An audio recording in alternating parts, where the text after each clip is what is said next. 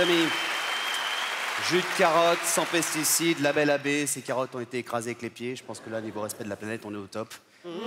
À vous. Je voulais vous dire merci à tous et à toutes du fond du cœur d'être venus ce soir et d'avoir accepté mon invitation. C'était un super gala de clôture. Voilà, bravo. En plus, demander à des comiques de parler d'autre chose que de leur gueule pendant plus de 10 minutes, on sait que c'est un exploit. Et vous l'avez respecté. Vous avez respecté le thème de la soirée. Ça, c'est cool. Enfin, à part Blanche, hein, qui est... Je crois que j'ai de leçons à recevoir de personne. C'est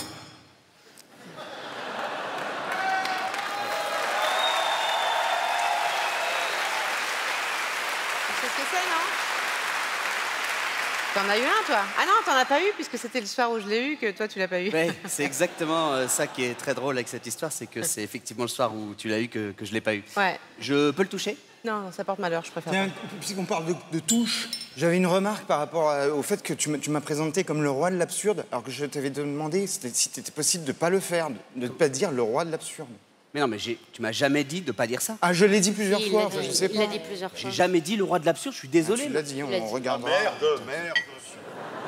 Bon, Putain, non, Ah oui, attends. C'est ridicule, on a passé une bonne soirée.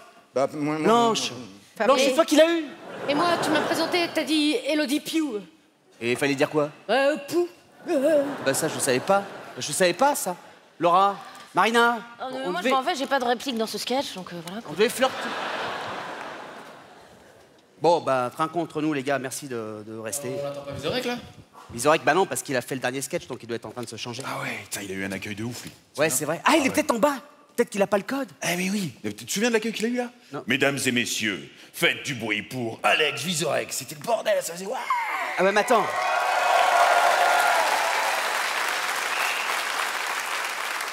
C'est trop con, en fait. C'est toi qui aurais dû faire la voix off. C'est moi qui l'ai faite.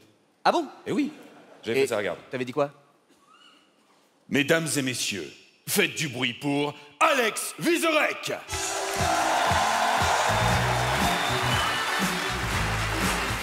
Bonsoir, Montreux.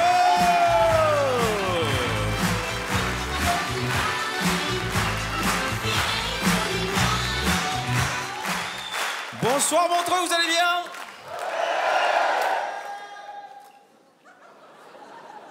Martin Luther King a dit « Toujours important de commencer avec quelqu'un de plus brillant que soi. » Pour la plupart des humoristes, assez facile à trouver. Moi, j'ai un peu ramé. Mais Martin Luther King a dit « Si on m'apprenait que la fin du monde est pour demain, je planterais quand même un pommier. » C'est beau. C'est beau et ça explique aussi pourquoi les Noirs dirigeront jamais le monde. Mais non, un blanc, si tu lui dis que demain c'est la fin du monde, il vient faire un emprunt sur 20 ans dans une banque à Zurich et on va lui donner son emprunt. Déjà parce qu'il est blanc. Et alors non, je dis pas que les Noirs n'ont pas le droit d'avoir un compte en Suisse, mais on n'est pas là pour parler dictateur africain. Merci pour l'accueil. Et de rien, c'est cadeau. Non, le blanc, il pense pas planter un pommier. Le blanc, il ne pense qu'à sa pomme. Je vous avais dit que j'étais brillant. Je pense que vous n'êtes pas trop déçus. Et non, elle est marrante cette expression, ne penser qu'à sa pomme. C'est peut-être pour ça que Apple paye pas ses impôts en France. Moi, je me suis pas présenté. Je suis blanc. Et bon, c'est pas une énorme surprise du coup, mais je suis belge. Je suis belge aussi. Et en Belgique, on est très écolo. C'est le... Salut les Belges. C'est le thème du gala, l'écologie. Et c'est vrai qu'en Belgique, sur notre table de nuit, on met toujours un grand verre d'eau rempli et à côté, on met un grand verre d'eau vide. C'est parce que nous, la nuit, quand on se réveille, parfois on a soif, mais parfois, bon, on n'a pas soif. Et... C'est une vieille blague. C'est une vieille blague belge que je recycle. Mais comme le recyclage, c'est un peu le thème du gala. En plus, en humour, on aime encore bien recycler. Ça a fait toute la carrière de Thomas Sisley. Oui, bah oui. Enfin, c'est même pas du recyclage. Thomas Sisley, c'est la toilette sèche de la rigolade. Y a des gens qui votent écolo, vert, dans la salle? Mais vous n'êtes pas nombreux, les gars. Non, ça fait... Mais alors, je pose la question souvent en France, et il y en a de moins en moins depuis les frasques de Jean-Vincent Placé. Je sais pas si vous savez qui c'est, Jean-Vincent Placé, qu'on appelle le verre à moitié plein. Je sais pas pourquoi à moitié d'ailleurs. Non, alors je me suis renseigné pour le gala ce soir sur les actes écologiques. Et figurez-vous qu'il y a une étude suédoise qui est sortie il y a 1 mois et demi qui dit que l'acte le plus écologique, c'est ne pas avoir d'enfants. Ça représente en équivalent CO2 par an 40 voyages en avion transatlantique. Les écolos, là, vous avez des gosses, ceux qui votent écolo? Eh bien, les autres, sachez que si vous n'en avez pas, vous pouvez aller par an 15 fois en Australie chasser le kangourou en 4x4 diesel. Vous êtes plus écolo que... Faut avouer, c'est marrant, c'est con.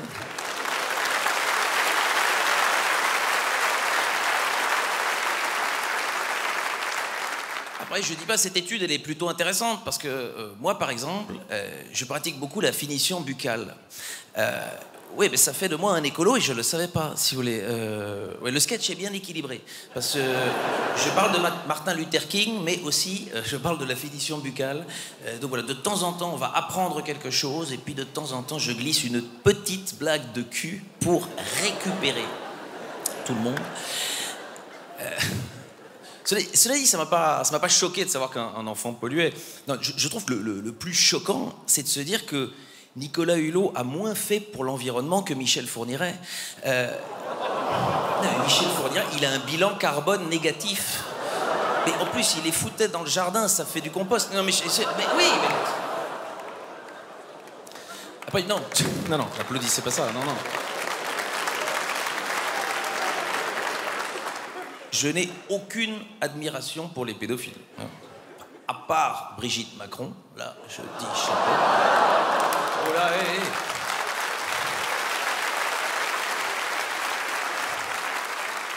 Pour une fois qu'on fait une vanne sur son âge à lui...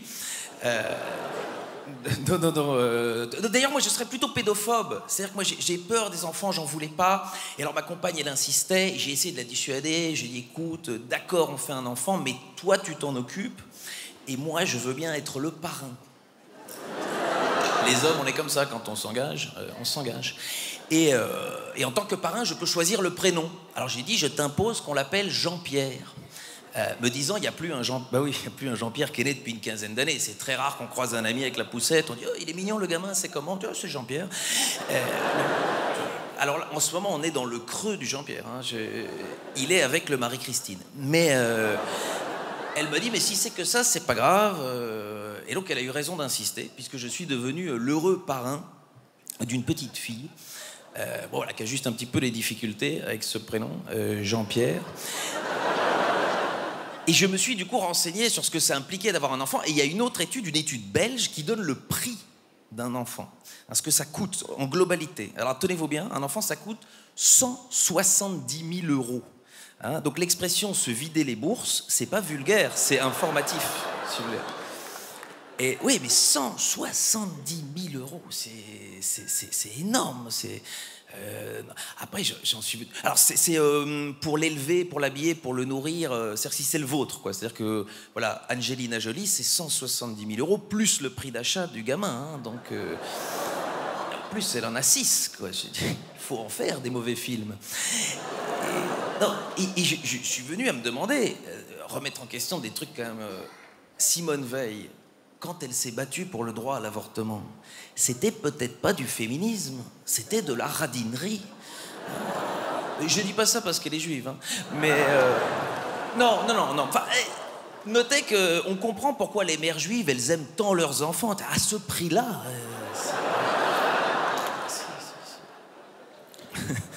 170 000 €, c'est le prix d'un appartement. Si t'as des jumeaux, 340 000 €, c'est le prix d'un appartement en Suisse. Et... Non. Alors, j'ai réfléchi, le jumeau, ça n'a aucune économie d'échelle. C'est-à-dire qu'il faut payer 2 fois les activités, 2 fois les vêtements, tu nourris 2 bouches dans 2 corps. Je crois que la bonne affaire, c'est d'avoir des siamois.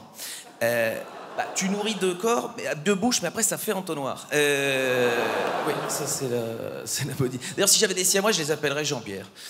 Enfin, Jean et Pierre, comme ça tu peux t'adresser individuellement et tu peux aussi appeler les deux. Enfin, en même temps, si t'as des siamois, si t'en appelles un, t'as quand même beaucoup de chances de voir débarquer l'autre.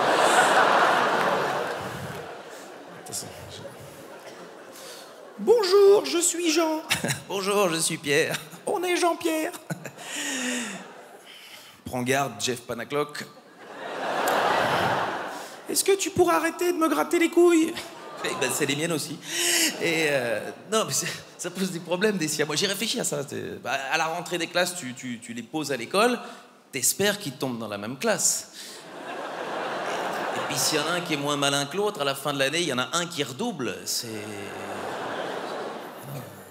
Et puis plus tard, t'en as un qui est gilet jaune, l'autre qui est CRS. Un samedi sur deux, ils changent d'équipe.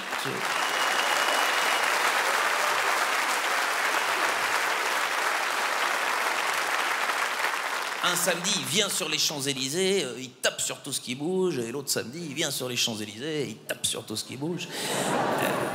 Ou d'un point de vue religion, si t'en as un catholique, un musulman, oh, il est mignon, le petit mouton, si on le mettait dans la crèche. Désolé, mon pote, c'est l'Aïd.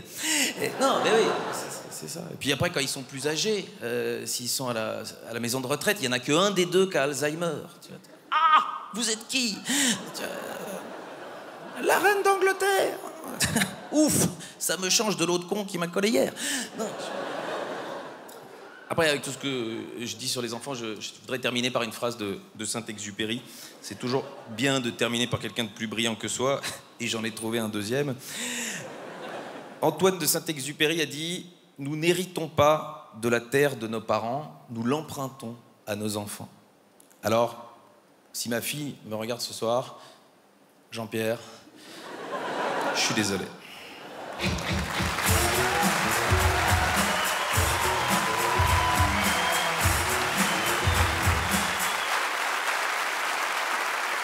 Ça va, Montreux? Ça va, Montreux? On approche de la fin de ce gala, ça va? Vous avez pas trop mal aux jambes? Vous avez pas trop froid? Je vous rappelle que, pour le bien de la planète, cette salle ce soir n'est pas chauffée. Gardez vos doudounes. Vous inquiétez pas, on est dans la dernière ligne droite de ce gala. En tout cas, j'ai passé une excellente soirée avec vous. On aura abordé le thème de la planète de manière finalement assez complète, il me semble. On aura parlé de l'influence des réseaux sociaux sur notre comportement vis-à-vis. Je vais juste faire un petit... Monsieur, en fait, on fait semblant. C'est... Non, je vous sens contrarié. Vous n'êtes pas arrivé à la fin. C'est nous. On a écrit un truc qui se passe à l'envers. Donc vous êtes bien là au bon moment. La rencontre abscisse ordonnée de vous qui vous asseyez de show qui démarre se passe très très bien. Vous inquiétez pas. Non, je vous ai senti contrarié tout à l'heure sur la scène du restaurant. Je dis putain, je viens de poser mon cul, les mecs sont en train de fêter le truc, je suis désolé. C'est bon, c'est bon. C'est le début, vous inquiétez pas. Il faut jouer le jeu, on l'a annoncé, je compte sur vous, donc là je fais genre c'est la fin alors que c'est le début. Voilà. Ça y est, monsieur a percuté. Ça y est. On a un show de fou pour vous ce soir. Vous l'avez vu? Il y a du monde sur l'affiche. Est-ce que vous pouvez faire du bruit pour eux? Alex Vizorek. On aura aussi ce soir Fabrice Eboué, Blanche Gardin, Jérémy Crédville, Laura Lowe, Elodie Pugh, Monsieur Fraisse, Marina Rollman. Il y a la terre entière ce soir sur scène pour vous ici, ce gala de clôture du Montreux Comédie Festival. Et pour l'heure, je l'adore, je peux même dire que c'est une véritable amie. Comment se tromper? Voici l'excellente Elodie Pugh.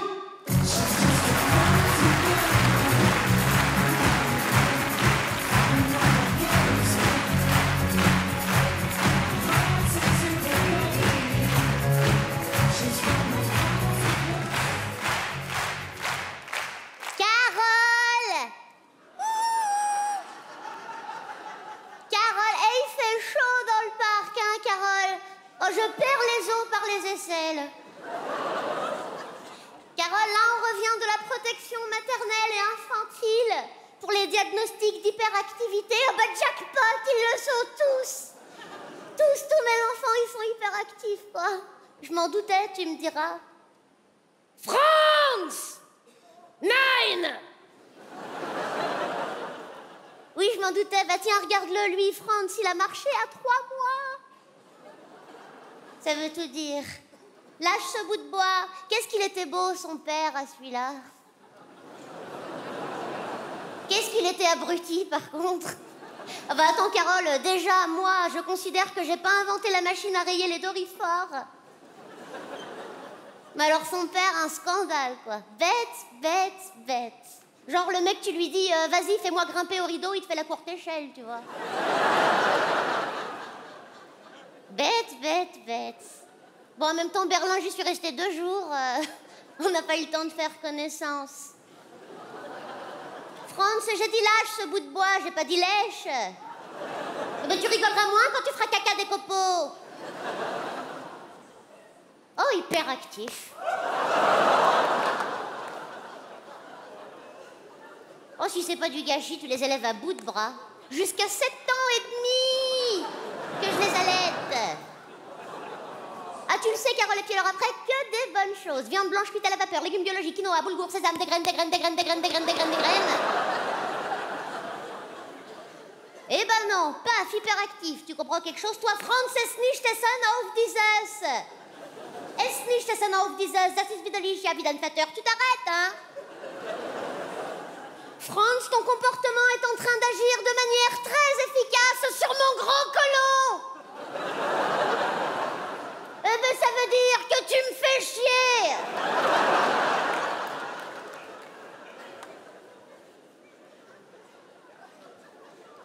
Quoi, Carole? Ah non, le père de celui-là, je l'ai jamais revu, non. Non, bon, il sait qu'il a un fils de 6 mois et qui s'appelle...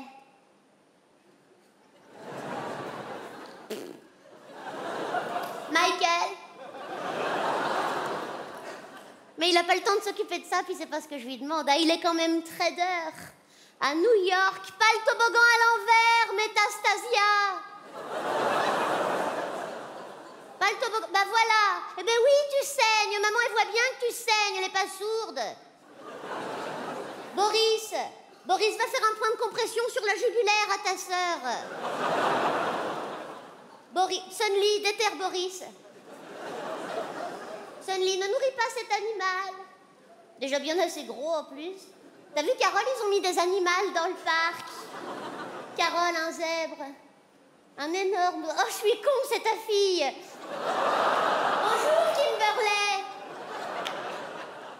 Oui, bah tu la nourris pas, elle a de l'avance. Non, Kimberley peut pas venir prendre le goûter à la maison. Tu rigoles des genoux, elle va nous niquer les vivres. Non, elle rentre chez... C'est pas la peine d'asser, vous... alors vous... oh! Ouh, les gros yeux! Ouh, maman fait la chouette!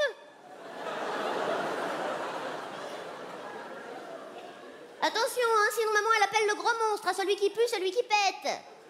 Celui qui ressemble à Mamie Jeannette. T'inquiète, ils ont l'habitude. Oh, en parlant de monstres, quand je te regarde, Carole. Je me dis que j'ai bien fait de faire ma vie comme ça. Moi, je voulais plein d'enfants, mais je voulais pas de leur père à la maison. Non, merci. No fucking way. Pas question. Ah bah tiens, regarde Sunly, par exemple. Sunly, som så uri och chiba josher. T'inquiète, elle a l'habitude. Tu vois, Sunly, eh ben, si j'étais restée ne serait-ce que 2 semaines de plus avec son père, ça aurait pas fonctionné. Ah bah déjà, vivre en Chine, non merci, je déteste les samoussas. Oh, et puis tu sais, Carole, la légende est vraie.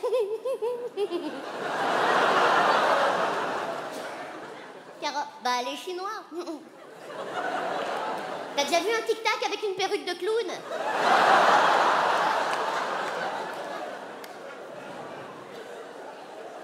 Ah bah moi, des fois, je me réveillais même pas.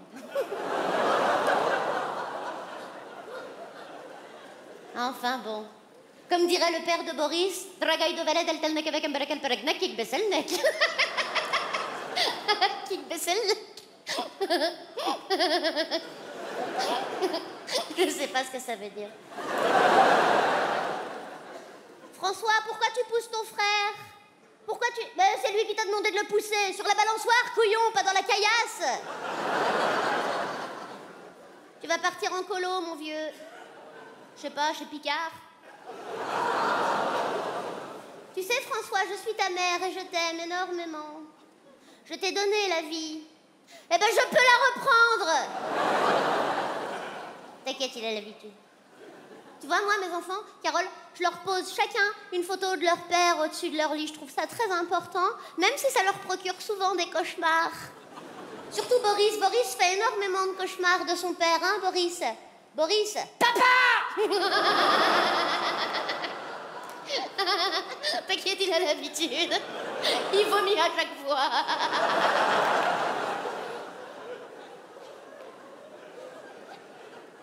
Ah, c'est normal qu'il a peur de son père. C'est parce que son père est hongrois et les Hongrois sont extrêmement moches. Déjà, ils ont tous des énormes sourcils, tu sais pas pourquoi. Ah, énorme, un paillasson de chaque côté. Bienvenue, bienvenue. Fillon en 3D, les mecs. Oh, bah, ils ont pas froid aux yeux. Hein.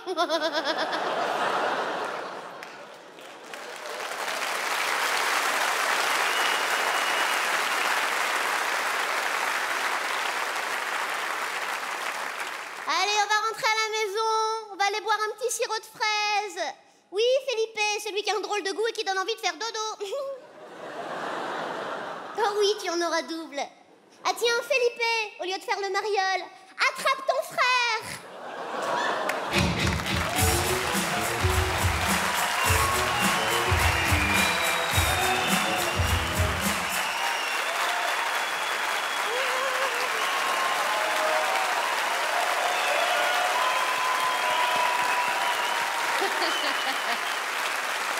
Merci. Merci, Montreux. Gardez de l'énergie pour faire un tonnerre d'applaudissements au suivant. C'est Fabrice Eboué.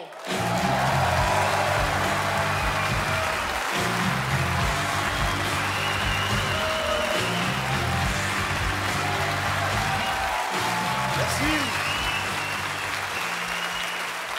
Bonsoir. La Suisse, si vous voulez vraiment sauver la planète, faites du bruit.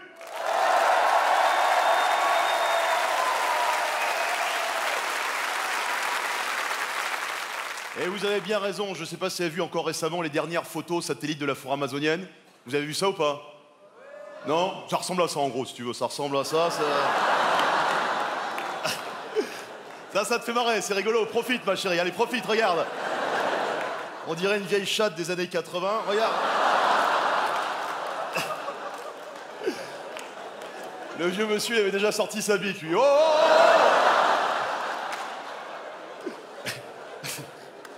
Je me chauffe, demain soir, je fais la première partie d'Henri Dess, donc Évidemment qu'on peut sauver la planète. Les sacs en plastique, par exemple, évitez. Vous savez que ça tue les poissons, les océans. Alors, parfois, t'as pas le choix, parce que tu prends un sac en plastique, tu tues des poissons. Tu prends un sac en papier, tu tues des arbres. Du coup, je vois de plus en plus de gens, à Paris ou à Genève, ils se baladent avec des petits sacs en tissu en bandoulière, comme ça.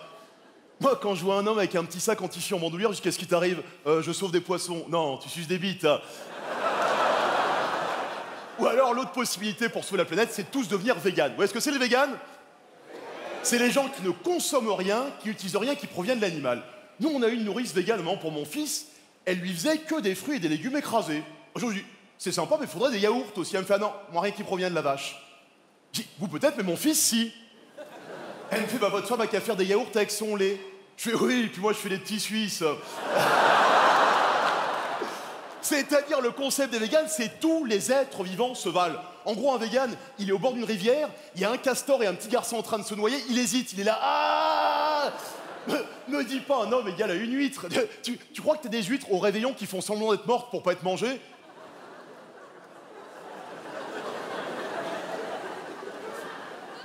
Surtout quand ils te mettent le citron dans la gueule, tu ne te rétractes pas. Eh ben, tu souffles. Je sais pas si je vais y arriver. Arrête de chialer, on dirait une moule. Alors après, évidemment que t'as de la maltraitance sur certains animaux. On a encore vu récemment à la télé les élevages de lapins en batterie. C'est une honte, mais une fois de plus, comparons ce qui est comparable. T'as un vegan qui disait à la télé, oui, les élevages de lapins en batterie, c'est pire que des camps de concentration. Moi, mon fils, je lui ai jamais offert un juif en plus. Hein.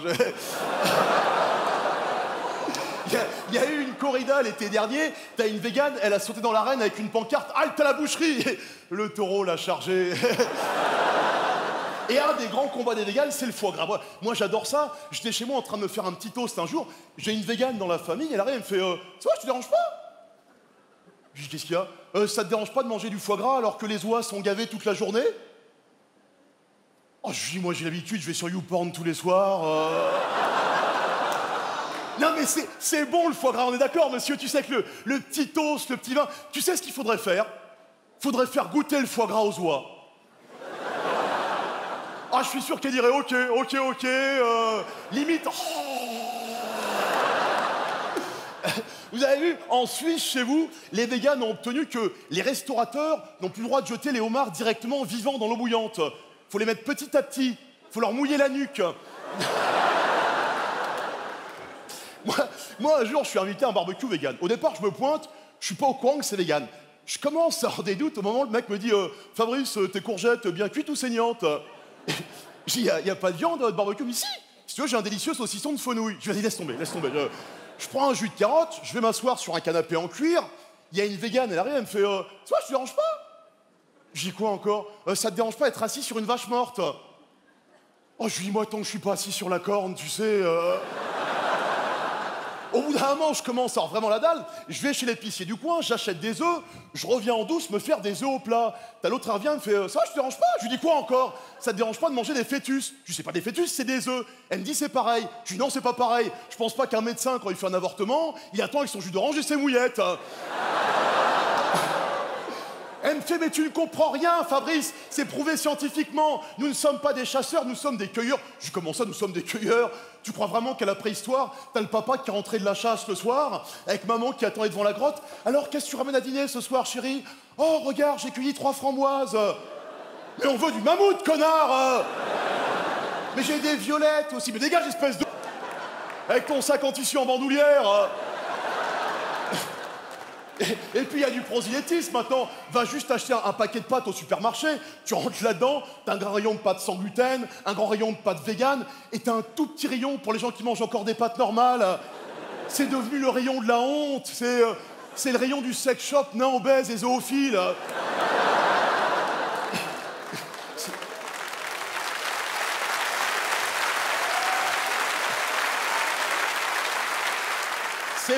C'est pas des blagues. Ils viennent d'ouvrir à Paris le premier restaurant vegan naturiste.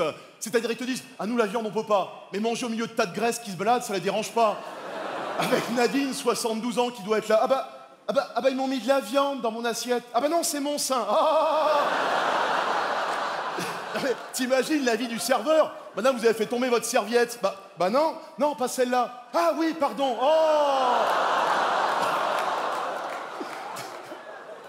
T'as déjà été dans une boutique végane, il manque de tout là-dedans, de fer, de protéines, de nutriments. La caissière, elle est comme ça.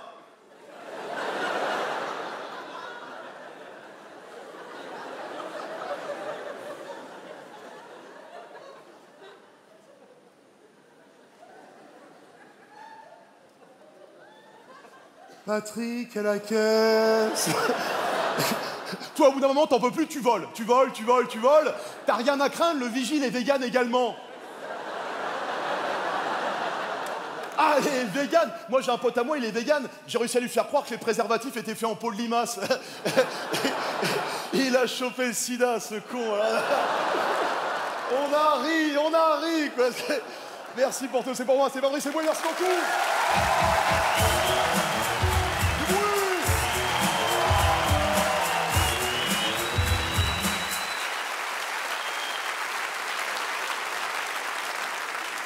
Merci Fabrice pour ce portrait du véganisme. Ça va toujours montreux? On a chacun nos petits blocages. Fabrice, c'est les véganes. Moi, j'ai pas de problème avec les véganes parce que j'habite dans un quartier bobo. Je veux pas me foutre tout le monde à dos non plus, donc j'ai pas de galère. Au contraire, je me trimballe toujours avec un peu de boulgour sur moi. Si je peux amadouer un végane, griller une place dans une queue, c'est pratique. Le végane est gentil, prévisible, mais très sympa. Non, moi, ce blocage que j'ai, il est au niveau du respect de la planète.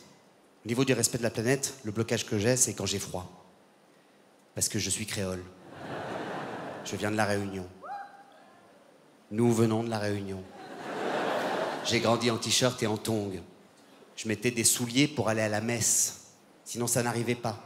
Donc là, en ce moment, je ne suis pas dans mon élément naturel. Je ne suis pas dans ma météo d'origine. Le soir, à la maison, devant une bonne série, je sais qu'il faut régler la chaudière à 19, 20 degrés max pour ne pas surconsommer. Moi, je la pousse à 26. Pardon, j'avoue, voilà, je confie. Ce soir, je me confesse à vous. Autant j'ai pas de souci avec le tri des déchets, je connais toutes les couleurs, je connais tout ce qu'il faut trier, les poubelles, etc. Je prends pas de bain, je fais pas couler le robinet quand je me brosse les dents, ces chaussettes sont en chanvre. Mais le froid, ça me rend dingue, le froid, ça me rend Trump. J'ai grandi en short, je suis en train de finir en plaid. Parce qu'en vrai, le problème du réchauffement climatique, c'est le réchauffement climatique. Et on parle de réchauffer. Je trouve ça génial. Réchauffer, c'est une proposition de kiff. Un mec comme moi, tu lui proposes de venir jouer à Montreux en plein hiver, un créole, il te répond « Ah ben volontiers, mais juste, est-ce qu'on peut réchauffer le climat, s'il vous plaît ?» Oui, à combien ? Bon, 30 degrés. Peut-être un peu trop, 28. Moi, je suis là.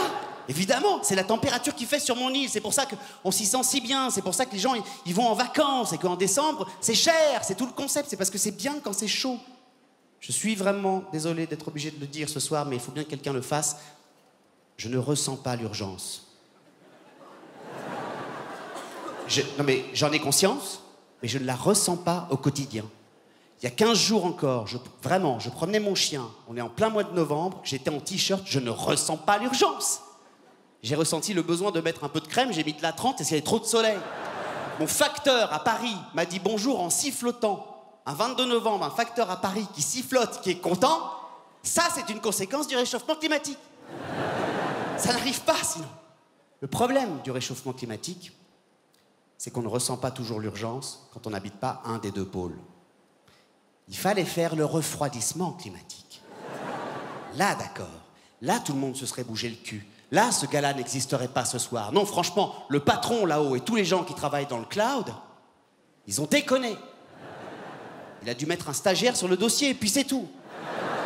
Bon, Pascal. Oui, patron. C'est toi que j'avais mis sur le dossier respect de la planète? Oui, patron, pourquoi qu'est-ce qui se passe? Il manque un trombone? Qu'est-ce que tu vois marqué, là? 25. Moins 25, Pascal, moins 25! Il y avait un tiret devant, c'était un moins! Mais j'ai cru que c'était un tiret, patron. Ah non, c'était un moins, abruti. 25 degrés, c'est super. C'était moins 25. Personne se bougera le cul maintenant à cause de tes conneries, Pascal. C'est pas parce que t'es le fils de Saint Thomas que je peux pas te foutre sur la sellette, je te le dis. Vous voulez un petit café, patron? C'est très très dur d'être écolo quand il fait chaud. Moi, je vois par exemple mon tonton à La Réunion, il n'y a pas encore si longtemps, il laissait tourner son moteur un quart d'heure avant de prendre la bagnole parce que pour lui, il fallait faire chauffer le diesel. Vous vous souvenez de ces tontons qui lançaient la voiture 1000 ans avant de partir? Ça existait encore il n'y a pas si longtemps. Hulot, il s'est pas barré à cause des lobbyistes. Nicolas Hulot, il a posé sa thème après avoir discuté écologie avec mon tonton François. Bon, j'arrête, je suis trop dur avec mon tonton François. En vrai, c'est uniquement de moi dont je parle. Parce qu'en vrai, les Réunionnais, ils font gaffe. La Réunion a été une des premières à s'inscrire dans la lutte contre le réchauffement climatique. Les Réunionnais aussi sont très soucieux de l'avenir de leur terre parce qu'ils savent, et ça tout le monde est d'accord pour le dire, ceux qui connaissent, que la nature est magnifique là-bas et que nos enfants vont en avoir besoin. Alors vous savez quoi? Moi, le soir maintenant, devant ma série, j'ai pas peur de le dire, je mets un plaid et j'assume. Et je ne mets pas la chaudière à 26. Je la mets à 25. Un petit degré de différence qui fait toute la différence. Merci d'accueillir un excellent humoriste belge, Guillermo Guise.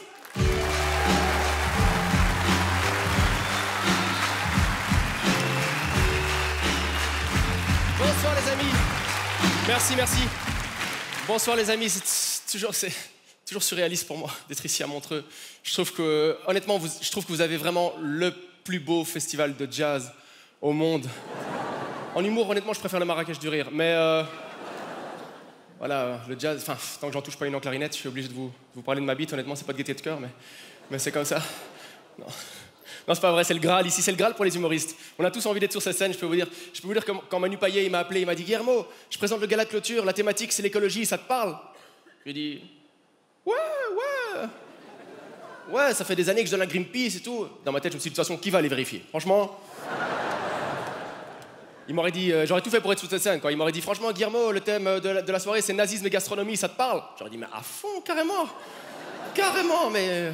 Manu, mais la choucroute, c'est ma vie, Manu, vraiment. Il n'y a aucun humoriste qui parle mieux de la choucroute que moi, aucun. Et même Blanche Gardin, alors que Dieu sait qu'elle a la nostalgie de la Grande Allemagne. Mais vraiment... En parlant de nazisme, tiens, tu peux allumer la salle, Laurent, s'il te plaît, 2 secondes? Ah ben voilà, on n'est pas bien entre blancs, là, hein? Les gens qui font ah putain, c'est vrai en fait, ouais. Hitler, il nous verrait, il serait là, putain, je savais que ça allait prendre, hein. Vraiment, tu m'aurais laissé 2 ans. Franchement, on dirait un resto végétarien, quoi. Que des blancs, en bonne santé. C'est bon, tu peux éteindre. Ça fait longtemps que ça fait 6 mois que je mange plus de viande, là. Et par souci d'écologie. Et depuis 6 mois que je mange plus de viande, les gens me posent systématiquement la même question. Ils me disent, ouais, tu sens une différence physiquement depuis que tu manges plus de viande, tu sens un changement physique? Je dis, un changement physique depuis que je mange plus de viande? Je dis, ouais, j'ai envie de mourir, quoi. Voilà, j'ai perdu le goût de la vie, etc. Je suis en dépression. Ouais. Je rentre chez moi, je regarde Vivement Dimanche le mercredi, tu vois. Donc, je suis même pas au bout du rouleau, je suis de l'autre côté du carton, tu vois. Il y a un truc. Non, c'est la fin, j'ai même plus envie de boire de l'alcool, alors que j'adore faire la fête. Et les gens me disent, ouais, tu peux faire la fête sans alcool? Ok, alors ça s'appelle une réunion. Ouais, t'es obligé de draguer les meufs avec des PowerPoint et tout, c'est pas pareil, quoi. Ah ouais, déjà que c'est dur. En tant que Belge, j'ai déjà la déprime depuis cet été, vu la manière dont la France nous a volé la Coupe du Monde, là, dans des conditions dégueulasses. Il y a des Français dans la salle ou pas? Non, pas de problème, chacun son rapport à la dignité, hein, pas de souci, hein. Moi, je trouve que la manière dont la France a gagné la Coupe du Monde, ça explique beaucoup de choses dans ce pays. Hein, la collaboration, le sang contaminé, l'accident de Lady Di, etc. Ça explique beaucoup de choses. Comment ça a été dur pour nous, en tant que Belges, de perdre contre la France en particulier, parce que déjà, les Français, ils nous respectent pas à la base. Et le rapport des Français aux Belges, c'est qu'ils veulent bien admettre qu'on est des mammifères, que la plupart de nos femmes sont vivipares et tout, mais ça s'arrête là, quoi. Vous, en Suisse, ils vous respectent encore un peu parce que vous avez du pouvoir d'achat, mais nous, on est broke, hein. Et du coup, forcément, le jour de la finale de la Coupe du Monde, on était tous pour la Croatie. Vous savez quoi, les amis? Le monde entier, hein, était pour la Croatie. Le monde entier, même la Serbie était pour la Croatie, vraiment. Sérieux. Parce que les Français, ils ont un pays merveilleux. Ils ont un pays merveilleux, mais si les tours opérateurs proposaient avec ou sans Français dedans, les gens ils diraient sans, il faut le savoir, hein. Ah ben voilà. Ben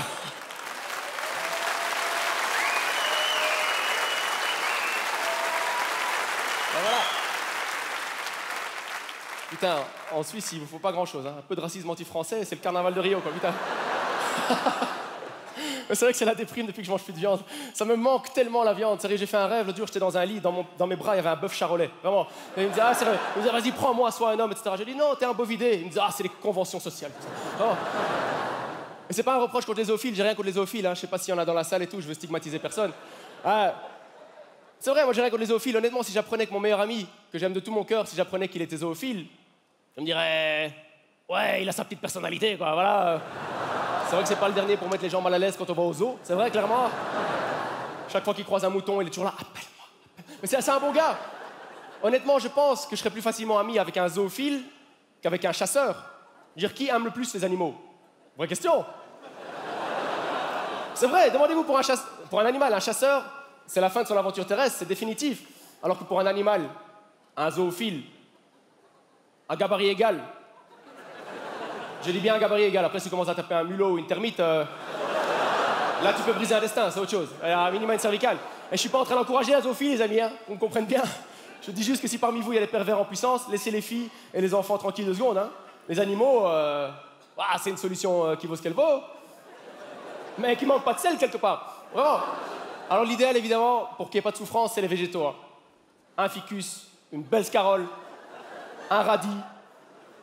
Ça, c'est le top. Parce qu'il y a toujours des gens qui me disent ouais, depuis que tu manges plus de viande, etc., tu manges peut-être pas de viande, mais tu sais que la carotte que tu manges, elle a peut-être des sentiments aussi.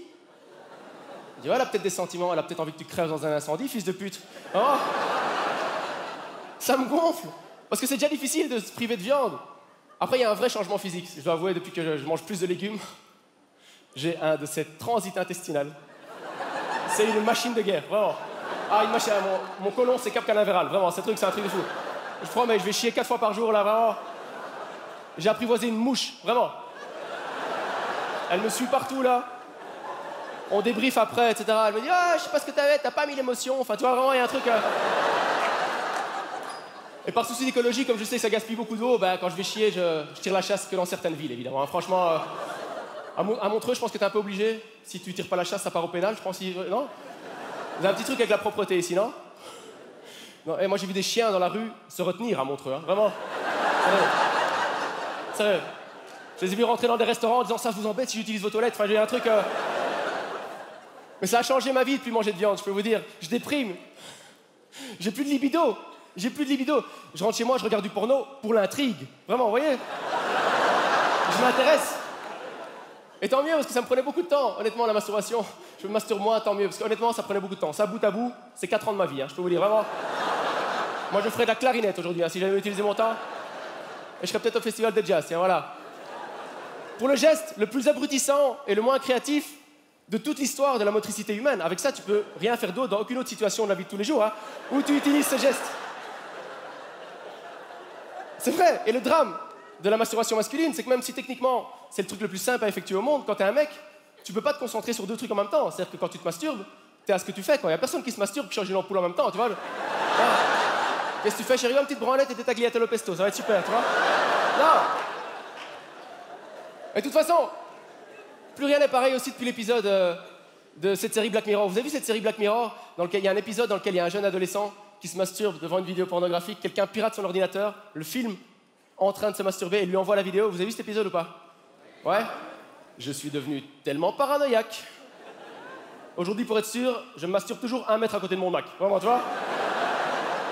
Franchement, s'il y a une vidéo de moi qui sort sur YouTube, ce sera juste moi qui fais. C'est vrai, parfois, je suis devant, ça, j'oublie, je me fais merde et je prends une pause cool. Lui donner de l'argent à Greenpeace, à la WWF. Attention au climat, comme ça, si ça part en buzz, au moins ça servira à quelqu'un. Merci d'avoir été là, vous étiez super.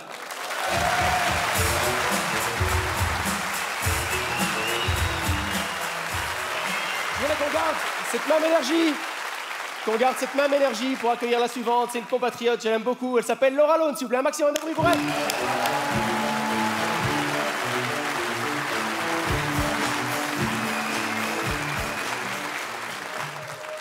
Bonsoir. Alors, je suis très heureuse d'être là ce soir pour ce gala sur l'écologie. Je viens d'apprendre que la Suisse a été classée numéro 1 des pays les plus écologiques du monde. Donc, félicitations la Suisse.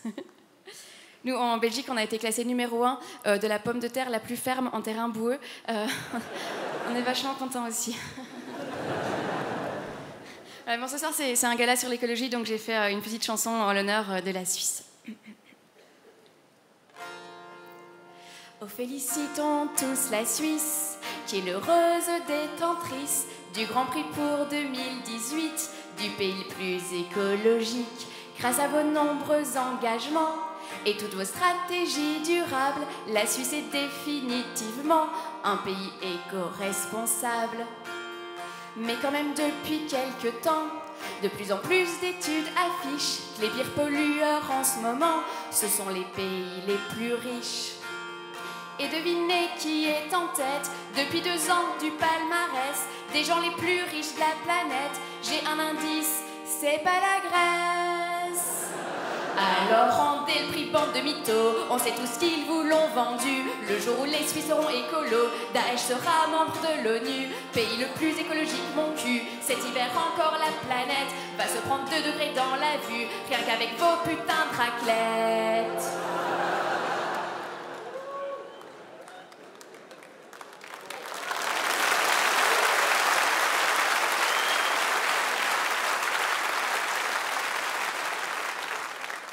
Vous pouvez pas être les premiers, alors qu'il y a plus de plastique dans le corps de Patrick Juvet que dans tout l'océan Pacifique. Parlez pas de développement durable, rien que Federer est responsable de la moitié du CO2 engendré depuis 2002. Si c'était si chouette de vivre ici, vous cumuleriez pas aujourd'hui la plus grande espérance de vie et le plus haut taux d'euthanasie. Non mais tu m'étonnes que les mecs qui s'y connaissent en compost, c'est le pays où toute l'Europe vient crever. Alors rendez le prix, bande de voleurs, sinon je viendrai foutre le bordel. Je m'installerai à Neuchâtel et je tirerai la chasse après 22 heures. C'est facile de parler de propreté pour réclamer une récompense quand chez vous les poubelles sont taxées et que vous allez les jeter en France.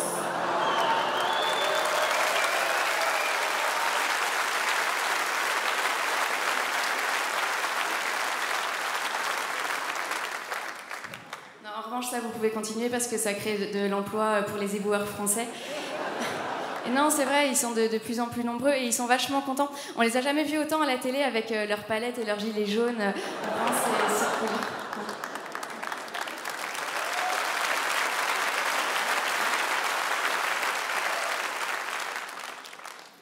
Bon, j'avoue que c'est de la mauvaise foi. Peut-être vous méritez votre prix. On est un peu jaloux des fois de vos chalets et de vos pistes de ski. Mais quand même je parle au nom de l'Europe. Arrêtez de faire les malins avec votre beau pays tout propre où on vous refile nos Syriens, nos terroristes et nos bombes. Peut-être vous serez mieux intégrés parce que rien qu'à la Coupe du Monde, personne savait qui vous étiez. Bah moi je vais vous dire qui vous êtes qu'une bande d'enculés.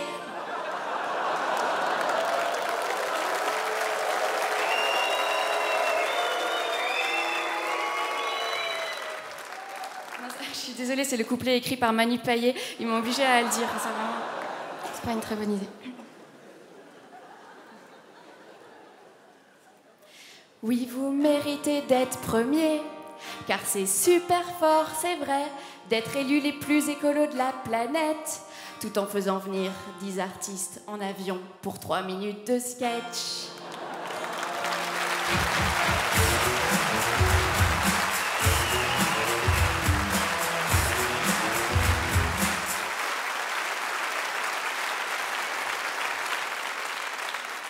Bon, c'est à moi de faire le relou, c'est mon gala, et puis c'est le gala sur le thème du respect de la planète.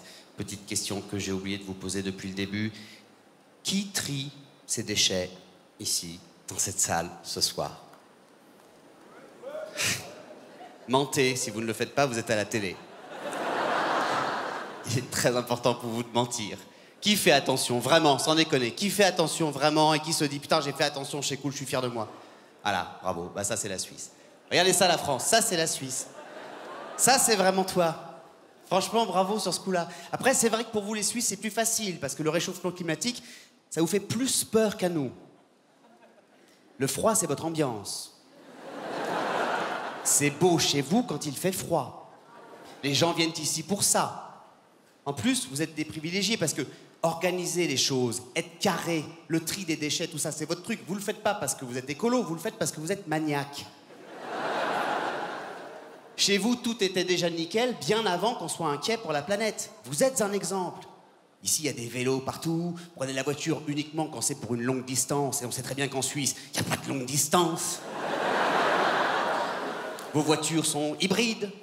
Il faudrait que, pour que tout le monde agisse comme vous, soit que les gens, tout le monde qui nous regarde là ce soir, de partout dans le monde, soit que les gens viennent habiter chez vous. Ça, pour vous connaître un petit peu depuis quelques années, je sais que vous n'êtes pas trop d'accord sur ce délire. Ou bien, ce qui me semble plus simple, eh ben, c'est qu'on s'inspire de vous, qu'on vous regarde faire, qu'on prenne exemple sur vous. Est-ce que vous êtes d'accord? Il faut le faire, c'est important. C'est au nom de la planète. Alors j'ai une idée. Relevez la main les Suisses qui m'ont dit qu'ils triaient leurs déchets. Les Suisses, hein, pas les Français. De toute façon, vous ne le faites pas pour la plupart, donc à la limite, c'est pas très grave. Je mens, chérie, parce que je mens. Ouais, je vais mentir. Mademoiselle, vous êtes suisse? Suissesse? Vous voulez bien venir avec nous sur scène, s'il vous plaît? Bonsoir.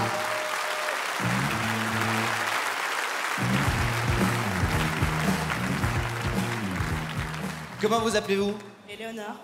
Éléonore. Vous êtes suisse? Tout à fait, de Lausanne. Ah, j'allais dire de quel canton? C'est dans un canton, Lausanne? C'est quoi le canton? Canton de Vaud. Bon, canton... Oh, il y en a ou pas? Alors, Éléonore, c'est bien ça, vous êtes là pour apprendre et pour que la France apprenne des Suisses, et aussi pour que les rares Suisses qui ne savent pas apprennent des Suisses qui savent, en l'occurrence, vous. Qu'est-ce qu'on jette dans quoi? On les a prises un peu jolies, je vous rassure, il y en avait des très très moches à la gare. On a vraiment pris des trucs un peu bobos. Qu'est-ce qu'on jette dans quoi quand on est en Suisse? Imagine, moi, je suis un touriste français. J'arrive à la gare de Montreux, je trouve ça génial, Montreux. Je dis, qu'est-ce que c'est beau, Montreux? Et j'ai un déchet dans la main, je dois le jeter. Mais les poubelles sont pas de la même couleur que chez moi. Il y a encore une demi-heure de train, elles avaient une autre couleur, les poubelles. Donc, comment on fait? Qu'est-ce que je jette dans quoi? Il y a le papier, le PET, il y a le verre. Alors, par exemple, le PET. Est-ce qu'on peut s'arrêter sur cette appellation qui, en France, ça se trie pas, ça pollue? Mais Qu'est-ce que c'est? C'est quoi le PET? Bah, c'est les bouteilles en plastique, de coca, de... Pourquoi ça s'appelle le PET? Je peux pas vous dire, en fait. C'est comme ça que... Vous le dites. On va faire un jeu. Ils sont en coulisses, plutôt en forme. Ils n'attendent que l'aide d'Éléonore pour être recyclés. Voici les déchets.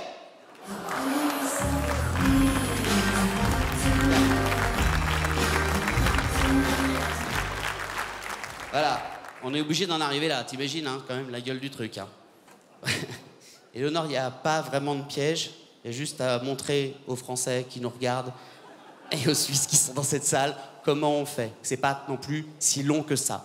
Nous allons démarrer un compte à rebours de 20 secondes. Il y a absolument 0 francs suisses à gagner à ce délire. Compte à rebours de 20 secondes, vous allez devoir placer le bon déchet dans la bonne poubelle. Et si vous n'y arrivez pas, on a un service en coulisses qui va vous fabriquer une nouvelle identité. Vous allez voir, ça marche très très bien. On fait ça pour beaucoup de Français, on n'y voit que du feu. Moi, avant, j'étais grand, blond, musclé, et puis j'ai perdu un éco-quiz sur les écomatières, et bêtement, ben voilà, je suis devant vous. Comme quoi, on peut survivre. Vous êtes prête? 20 secondes, Éléonore? Je peux vous appeler Léo? Oui, vas-y, pète, pète, pète. Eh ben, vas-y. On fait péter, chrono! Allez, tout de suite, ce réflexe.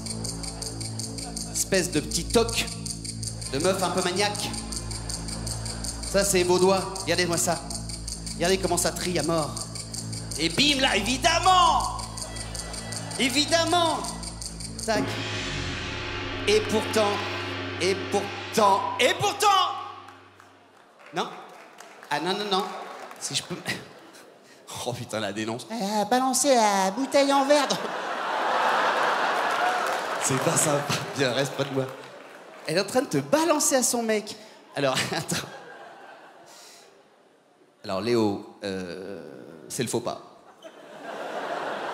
C'est le faux pas. D'autant qu'on est en Suisse, tout est vraiment très clair. C'est écrit sur les poubelles. Qu'est-ce qu'il faut mettre dans quoi? Vous êtes vraiment très sympa avec vos concitoyens. Pourquoi?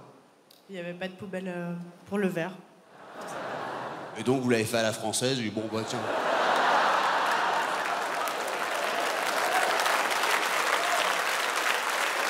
Personne ne me regarde. Et pourtant, il n'y avait pas de piège pourtant. Elle était là, la poubelle à verre. Je vous ai pas piégé, Léonore. Ben, vous n'avez pas vu, c'est normal. Elle était pourtant sous vos yeux. C'est ça l'obstacle, c'est que parfois, recycler, ça demande un petit effort qui n'est pas forcément devant nous, sous nos yeux. Il faut chercher la poubelle qu'on trouve pas. Et pas dire, bon chérie, écoute, ils ont pas foutu la bleue, je la fous dans la verte, et viens, on se casse, et puis personne nous a vus. Non, en tout cas, il faut chercher un petit peu plus et faire un effort pour aller trouver cette putain de poubelle à verre ou à quoi que ce soit, même si elle n'est pas sous nos yeux. Bravo, Éléonore, merci d'être tombée dans le piège. On peut la féliciter. Venez avec moi.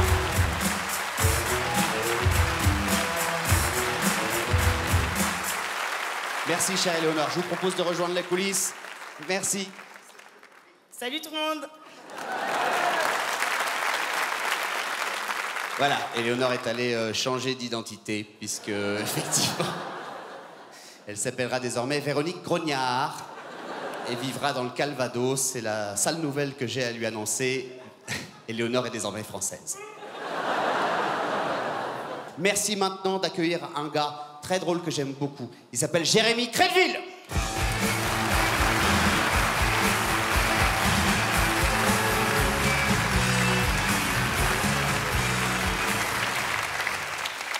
Covoiturage.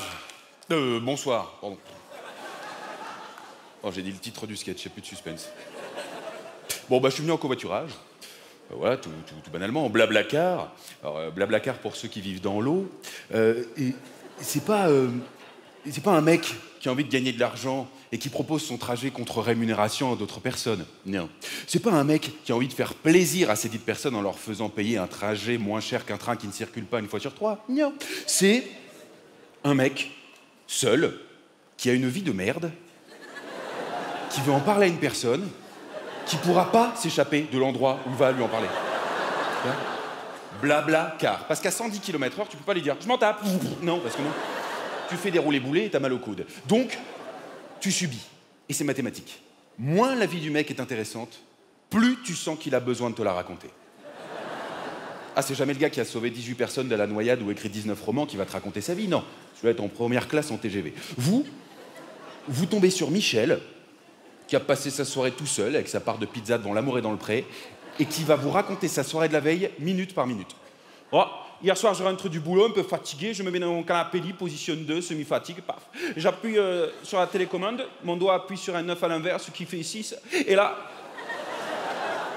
Il y a Karine le marchand, magnifique femme, qui débarque dans le domaine. Tu vois, grand domaine, elle dit au gars, oh, c'est grand ton domaine. L'apiculteur fait, ouais. Et là, Karine, elle lui dit, oh, tu pourrais fonder une famille, mec. Le mec fait, ouais. Wow, j'étais ému, tu vois, devant tant d'émotions. Moi aussi, j'étais ému. Ça a fait écho chez moi. Quand je te dis ça a fait écho chez moi, ça a résonné sur les murs. Parce que disons que j'ai un grand salon, petit canapé lit, petite TV, tu vois, tranquille. Quand je me sens seul et que j'ai besoin de présence humaine, je discute avec l'écho. Oh, ça va? Ouais, toi, super. T'as fait les courses?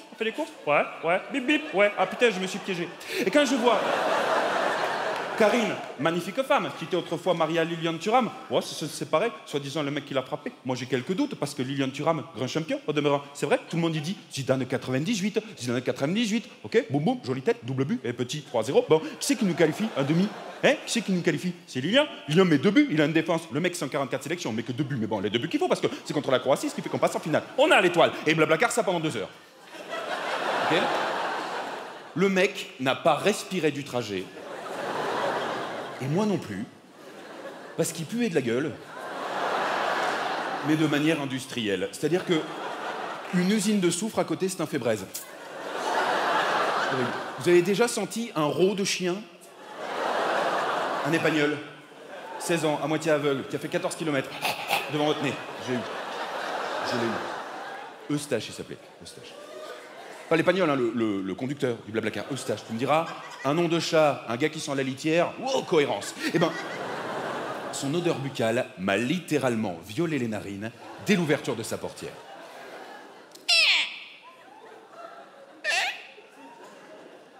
Oh, foutu goéland. Ouh la vache. Je me suis dit, peut-être qu'en m'attendant dans sa voiture, Eustache a lâché une petite perlouse. Ah bon. En plus, sa bagnole, il fait ce qu'il veut. D'ailleurs, c'était soit Eustache, soit le passager à l'arrière. Il y avait un passager à l'arrière qui, à cause de l'odeur, était dans son cache-nez, les yeux rougis, les narines sèches. Il tremblait. On aurait dit un Suisse devant le dernier morceau de raclette. Tu vois? Oh, le mec balance. Donc le mec tremble et il essaie de communiquer. Fais gaffe, il pue de la gueule! De la gueule. Je me dis, oula Pumba, mais ça doit être un breton à qui on a donné de l'eau, il fait une crise. Bon. Je m'installe à côté d'Eustache et je ne sais pas encore que le furet est dans sa bouche. Paris-Montreux, il y a 6 heures de bagnole, hein, imagine. Donc naïvement, je le remercie. Merci Eustache, hein, quand même, 40 € les 6 heures de route, c'est quand même bien sympathique. Et a pas de quoi?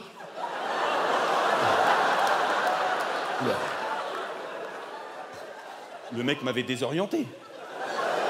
On aurait dit un épileptique chez des iguales. Il y avait trop d'informations. Le mec dans le rétro derrière confirme. Bah tu sais pas quoi? Non quoi?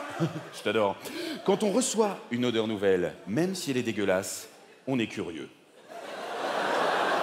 Du coup on prend un petit sniff. Dis-moi Eustache, en 6 heures. Oh, je veux être sûr. En 6 heures, on va peut-être faire une pause quand même. Ah, bah, j'ai cru que le mec était monté à l'envers.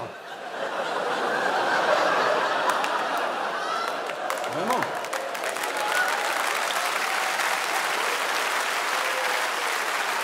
Attendez. J'ai aucune notion d'anatomie. Mais pour moi, il y avait inversion entre la trachée et le côlon. Il y a un souci. Vraiment. L'odeur dans l'habitacle était telle que notre ami breton derrière essayait de se tailler les veines avec son écharpe. J'entends le loup, le renard et la belette. Eustache, quoi? L'autre coma. Et là, Eustache a la riche idée de me dire au bord des narines, je crois qu'il dort. Oh la vache. Oh le cul de vache même. Eustache. Tu serais pas professeur de latin, toi, par hasard? Si, comment tu sais? Je sais pas, c'est une langue morte. Horrible. Le mec visite une ferme, il fait dégueuler 2 porcs, minimum. Bon. Heureusement, nous nous sommes arrêtés, on a eu le temps de prendre l'air. De l'air. Putain, les L5 me manquent. Bon. Les mouches qui avaient croisé Eustache planaient au-dessus de nous. Eustache était dans son coin, en train de faire faner un rosier ou je sais pas quoi. Mais même ses dents voulaient quitter sa bouche, c'est te dire l'odeur à l'intérieur. Il y avait une canine avec 2 valises. Merde, bon. Moi, je m'étais réfugié dans les toilettes de l'autoroute et l'air ne m'avait jamais paru aussi pur. Jamais. Les mouches qui avaient croisé Eustache revenaient avec des panneaux « Aidez-nous ». Bon. Moi, dans un réflexe de survie avant de remonter dans le véhicule, je prends une grande inspiration. 2 petites pastilles bleues dans le chiotte. Allez, tant pis. Paf, paf.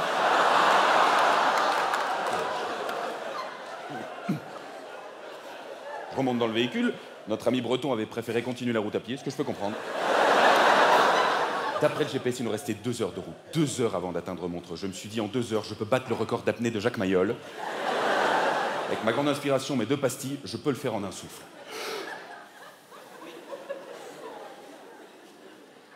Oh putain, du coin de l'œil, je vois qu'Eustache se prend au jeu. Le pire moment de la route, c'est quand Eustache a bâillé le GPS. Non ouais. On arrive à une intersection dans Montreux et là, Eustache hésite.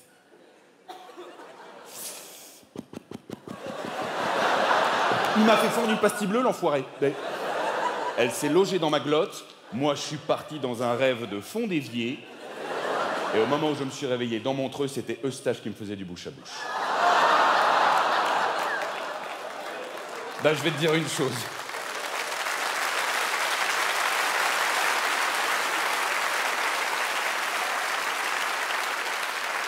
Je vais dire un truc, Montreux. Là, j'ai repris de la lucidité, je me suis dit, en fait, un mec qui pue de la gueule, on en connaît tous un. Si vous n'en connaissez pas, c'est que c'est vous. Merci beaucoup.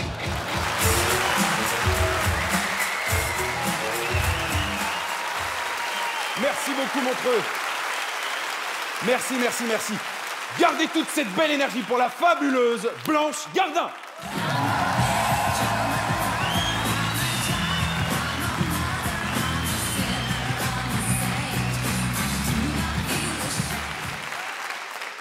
Merci, bonsoir. Waouh. Je suis pas écolo, mais je pense qu'on pourrait éteindre une lumière ou 2 ici, non? Non, je suis pas écolo. Je suis pas très sensible. Pas sensible au réchauffement climatique. J'aime pas le ski déjà, donc on fout du ski. Monter, descendre. J'ai pas besoin de faire un sport qui me rappelle que je suis bipolaire. Donc non. Et puis je pense que la fibre écolo, c'est quelque chose qui se commande pas en fait. Tu l'as ou tu l'as pas, quoi. C'est comme la foi ou le sida. De toute façon, je trouve que ce métier devient de plus en plus difficile, justement, quand on n'a pas de cause comme ça. J'ai l'impression que tous les humoristes, maintenant, qui montent sur scène, ils ont une cause, une identité à défendre, quelque chose. Et moi, j'ai rien. Moi, j'ai pas de spécificité. Moi, j'ai pas... Je suis pas écolo, je suis pas végane, je suis pas homo, je suis pas trans, je suis pas polyamoureuse, je suis pas noire, je suis pas obèse, je suis même pas juive, je suis rien en fait. Moi, j'ai l'impression, moi, je suis une femme blanche, hétérosexuelle de 41 ans, consommatrice d'anxiolytiques. C'est pas une identité, c'est un cercueil, on est d'accord. Enfin, je sens que je n'ai rien à vendre, quoi, aujourd'hui, c'est ça. Et encore, je dis, je suis une femme. Même pas tout le temps, en fait. Hein. Parce qu'on n'est pas une femme tout le temps quand on est une femme. On n'est pas une femme tout le temps. C'est vrai. Moi, le matin, quand je me lève, je ne suis pas une femme. Enfin, on ne se connaît pas, mais je vous assure que le matin, quand je me lève, je ne suis pas une femme. Hein. Je suis beaucoup plus proche d'un Annie Girardot, quelque chose comme ça. Mais je ne suis pas une femme le matin. On n'est pas une femme tout le temps quand on est une femme. C'est important de le dire. Par contre, on sait quand on devient une femme. Ça, oui. Moi, je sais que je suis devenue une femme le jour où j'ai couché avec un homme marié. C'est là que je suis devenue une femme. Non, parce qu'on a tendance à dire qu'on devient une femme quand on a ses règles. Moi, pas du tout. Pas du tout. Moi, le jour où j'ai eu mes règles, j'ai surtout pris conscience que j'étais complètement dépressive. Parce qu'on m'avait dit, oui, tu vas voir, on est triste hein, pendant les règles et un peu avant. Moi, ça ne change rien du tout. Donc, je pense qu'il y a un problème. Voire même, je suis plus gaie pendant les règles, moi. Donc, je pense vraiment qu'il y a un problème de chimie interne. Mais par contre, le jour où tu te fais doigter avec une main, avec une alliance dessus, là, il se passe quelque chose, là. Là, le roman peut commencer vraiment. Là, c'est bonjour Anna Karénine, bonjour Emma Bovary. J'ai enfin la certitude que ma vie va mal finir. Je suis une femme. C'est là, c'est à ce moment-là. C'est l'image de la main du mec avec l'alliance dessus, entre tes cuisses, qui te fait devenir une femme brutalement. C'est ça. C'est ça la réalité. D'ailleurs, il faut préciser que c'est pas le doigt qui est bagué qui doite, hein, bien sûr. Je pense que c'est pour ça d'ailleurs qu'on met l'alliance au 4e doigt. Ah oui, bien sûr, parce que c'est le seul doigt qui n'a aucune chance de se retrouver dans une chatte, hein, ce doigt-là, parce qu'on ne fait rien avec ce doigt-là tout seul, tu ne fais rien. C'est le doigt au chômage, tout seul, tu ne fais rien avec ce doigt-là. Même swiper sur un écran tactile, tu ne prends pas ce doigt-là. Donc, à part si t'es ébéniste et qu'il te reste que celui-là, là, oui, parce que tu n'as pas le choix. Mais autrement, voilà. Non, je pense que c'est pour ça qu'on met l'alliance au 4e doigt, parce que sur ce doigt-là, aucun risque que l'alliance soit souillée par de la mouille de maîtresse. Donc oui, je suis une femme. Je suis une femme, mais... Donc des fois, je me dis, c'est bien, t'es une femme, c'est une identité, ça. T'as qu'à parler de ça, du fait d'être une femme. Tout ça, les femmes, les femmes, les femmes. Et en même temps, je me dis, au bout d'un moment, est-ce que les discours féministes, ça casse pas un peu les couilles? C'est vrai, parce que moi je suis féministe, hein, je suis profondément féministe. Je veux dire à quel point je suis féministe. Pendant très longtemps, j'ai eu un portrait de Simone de Beauvoir sur ma table de chevet. J'ai enlevé il n'y a pas très longtemps, parce que je me suis dit que ça faisait peur aux hommes, que c'était pas bien de faire ça. Apparemment, c'était pas ça. Bon, mais je suis profondément féministe. Je suis féministe. Mais c'est vrai que l'année dernière, tous les débats, j'étais un peu embêtée, parce que trop de bruit, on pouvait plus réfléchir. Trop de bruit. Il y a un moment, j'ai arrêté d'écouter tout, parce que... Alors déjà, je les lisais pas, les tweets balance ton porc, parce que ça m'excitait trop. Après, je pouvais pas bosser. Si, il y en avait quand même qui étaient... Vendredi soir, je traîne au boulot, pas boucler mes dossiers, seul dans l'open space. Mon N+1 arrive derrière mon dos, me susurre à l'oreille. Toi, avant le bilan comptable de la fin du 2e semestre, je te culbute sur la photocopieuse. Soudain, ses 2 mains sur mes seins. Il me pince les têtes. Oh, on arrête de chauffer les gens. C'est vrai, enfin, je veux dire, il y a des gens à qui il n'arrive rien, je le rappelle quand même. Mais c'était compliqué, tout le monde parlait que de ça, et on a eu des jugements quand même. L'histoire du consentement, c'est complexe quand même. On a cru régler tout le problème avec une formule. Quand c'est non, c'est non. Mais une fois que tu as dit quand c'est non, t'as rien dit. Parce qu'en réalité, bien souvent, quand c'est oui, c'est non aussi. Enfin, je veux dire, moi, si j'avais refusé de coucher à chaque fois que j'en avais pas eu envie, je serais jamais restée avec un mec plus de 3 mois. Enfin, on le sait quand même que nous, les femmes, une fois qu'on est en relation avec quelqu'un, très souvent, on baise sans en avoir envie. Alors, ça posait pas de problème avant, parce qu'avant, il y avait un échange. Et bien sûr, avant voilà, tu baisais aussi souvent que le mec voulait. Mais en échange, tu avais une sécurité matérielle, il y avait un confort, il y avait quelque chose. Je veux dire, en plein hiver, il sortait pour couper du bois, il tuer un chevreuil pour te nourrir et te faire des vêtements avec, et il rentrait, tu lui suçais la bite, même si ça sentait un peu le castor, mais il y avait un win-win, il y avait quelque chose qui se passait. Mais là, aujourd'hui, maintenant qu'on est égaux, il n'y a plus cet échange. Il n'y a plus cet échange. Donc, tu devrais coucher avec lui aussi souvent qu'il veut, comme ça, puis après, écouter ses problèmes, et ensuite aller au boulot. Non, là, il y a un malaise, évidemment qu'il y a un malaise.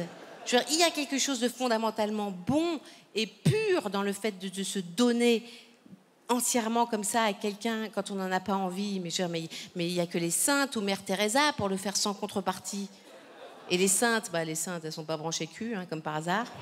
Et Mère Teresa, elle est décédée. Donc moi, ce que je propose, c'est que pour rétablir l'équilibre et la paix entre les hommes et les femmes, c'est que dans le couple, l'homme verse un salaire à la femme pour tout le sexe qu'on fait sans en avoir envie. Ce serait bien, ça. Moi, je le ferais même avec des inconnus dans le besoin. Hein, si j'étais payée pour le faire, bien sûr. Enfin, je veux piquer le boulot de personne, c'est pas ça que je veux dire. Mais bien sûr. Tout ça pour dire que c'est complexe quand même, tous ces problèmes. Peut-être qu'on peut pas... Enfin, je suis pleine de commisération pour les hommes. Je trouve que c'était une année compliquée pour les hommes, et il faut le dire un petit peu. Ça doit pas être facile d'être un homme. Je le pense sincèrement. Moi, j'aurais pas voulu être un homme. Parce que quand même, quand on y pense, le premier défi qui se pose à l'homme dans sa vie d'homme, c'est quand même de devoir bander. Son statut d'homme viril dépend d'un processus physique qu'il ne peut pas contrôler par la volonté. C'est quand même une servitude monstrueuse quand on y pense. Parce que nous, au pire, le jour où on n'est pas dedans, un peu de bave et on reste féminine, on est d'accord. L'homme, lui, l'homme doit bander. Et c'est monstrueux, mais l'origine de la virilité, c'est ça. Tu dois gouverner ta propre teub. Mais quel défi monstrueux!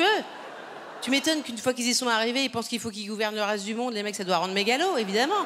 Mais l'enfer que ça doit être, mais c'est une prison, cette bite. C'est une prison. La parano que ça doit créer de devoir bander, mais j'ose même pas imaginer. Mais moi, je me suiciderais. Je me suiciderais, franchement. La parano injustifiée, en fait, objectivement. Enfin, je tiens à rassurer les hommes qui ne seraient pas ce soir. C'est pas vrai. Aucune femme ne va humilier un mec qui bande pas au lit. On ne fait pas ça. Le mec qui fait « Excuse-moi, chérie, je bande mou, désolé. » Eh ben, débrouille-toi, prends un chausse-pied, mais fous-la-moi dedans. Non, ça n'arrivera pas. Ça ne vous arrivera pas. Vraiment. Vous pouvez être rassurés là-dessus. Ça ne vous arrivera pas. Mais quand même, je pense que de ce point de vue-là, c'est quand même beaucoup plus simple d'être une femme. D'autant plus que c'est même pas terminé une fois qu'on bande. Parce que la virilité exige la bandaison suivie de la pénétration. C'est tout le voyage qui nécessite... Non, mais c'est ça. C'est pour ça, d'ailleurs, que dans un contexte de séduction, les hommes sont dans cette urgence de conclure au lit. C'est là que ça doit se terminer, parce que c'est là que le miracle viril s'accomplit vraiment. Alors que nous, les femmes, dans la séduction, on n'a pas besoin d'aller jusqu'à la baise, techniquement, pour être rassurée narcissiquement en tant que femme. Nous, non. Nous, dans la séduction, on a juste besoin d'aller jusqu'à ce point où on sent dans le regard du mec qu'on pourrait briser sa vie. C'est ça. On se sentir qu'on pourrait être transformé en lavette. C'est ça qu'on veut voir. On veut voir cet éclat dans l'œil qui s'éteint. On veut voir ça. On veut voir qu'on pourrait lui chier dans le cœur tous les matins sans qu'il se rebelle. C'est ça qu'on veut voir. Mais on n'a pas besoin de baiser, on n'est pas des sauvages. Vous voyez ce que je veux dire? Bien sûr. Et c'est compliqué. Et je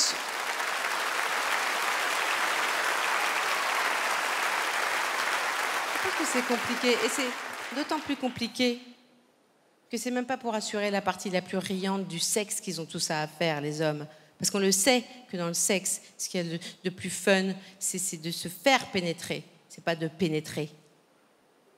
Même les hommes hétéros de la salle le savent. Bien sûr, je sais que vous en parlez pas beaucoup entre vous. Mais nous, on sait. On sait comment ça se passe. On sait qu'au début d'une relation, un soir où on est un peu hardi et qu'on approche dangereusement le petit doigt de vos fesses comme ça et que vous faites « Bah non, t'es malade ou quoi? Qu'est-ce que tu fais là ?» Et quelques semaines après, c'est « Bon d'accord, mais juste une noisette. Hein. » Et qu'un an après, c'est vous qui demandez « Hey, tu peux refaire le... » Merci.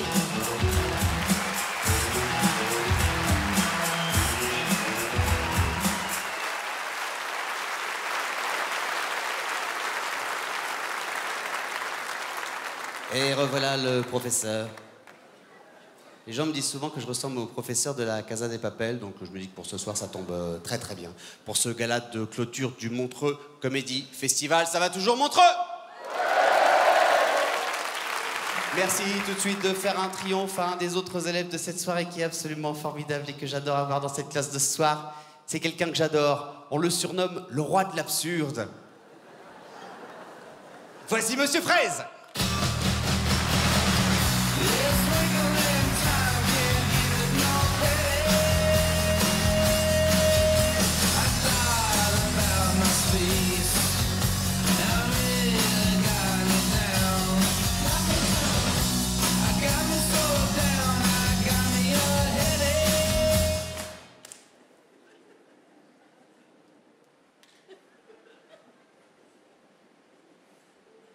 Oui, mais...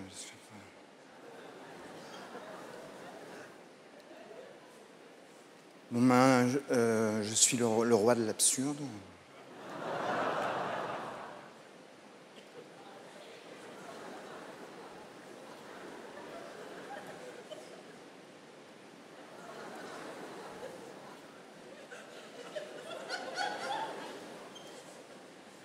On m'a demandé d'économiser l'énergie. Je voulais pas qu'il me présente comme le roi de l'absurde. Je lui ai dit... J'avais dit que... ouais.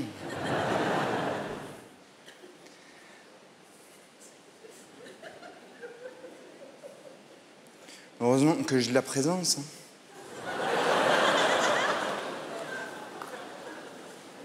Non, je disais que... Oui. Ouais. Ouais. Ouais. Ouais. Ouais, mais je... Ouais. Ouais, mais j'avais demandé... Ouais, mais... Non, c'est pas... Ouais, mais j'avais... Ouais, mais j'avais demandé...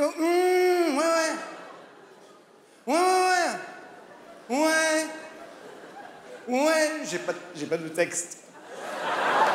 Ouais,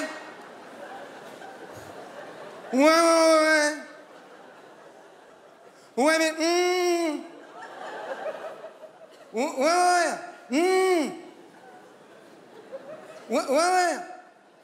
Non. Je peux faire presque 1 heure, hein, si tu veux. Non, mais...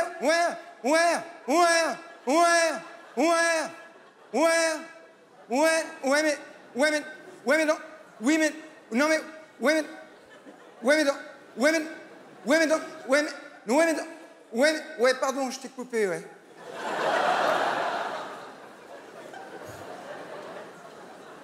Pour moi non plus, c'est pas un plaisir. Je travaille, là, hein, c'est mon travail. Là, je travaille. C'est mon travail, je suis pas là pour le plaisir. Eh non, madame. C'est pas ma passion, hein. C'est pour gagner ma vie, hein, pour gagner de l'argent. Hein. Ben, pour acheter des produits, hein. En double, si possible. Par sécurité. C'est pas ma passion, ma vraie passion, rien à voir, c'est les fringues.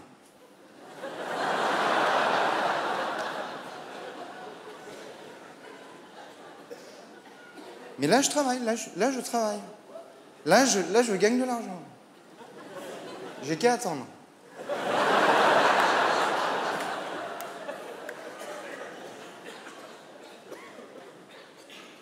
Que ça passe. Là, par exemple, on dirait que j'attends. Disons que j'attends.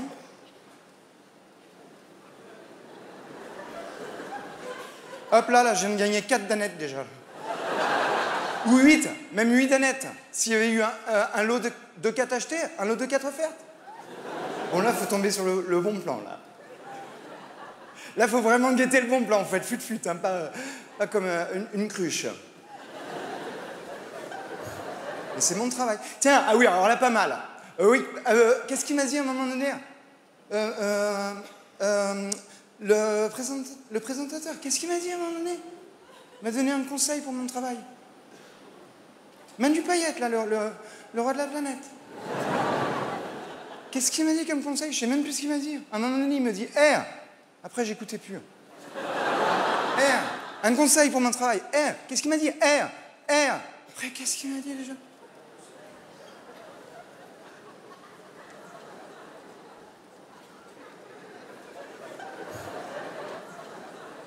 Ah oui, mets du rythme. Heureusement que j'ai eu de la mémoire. Il faut mettre du rythme. Il me dit, il faut que tout le tas de gens ne sachent plus où donner des yeux de la tête. Ah là, qu'est-ce qu'il fasse? Regardez, mais que fait-il? Mais il ne fait rien. Ah ouais. Et là, regardez. Que fait-il donc à nouveau? Ben, il fait toujours rien. Mais il n'arrête pas.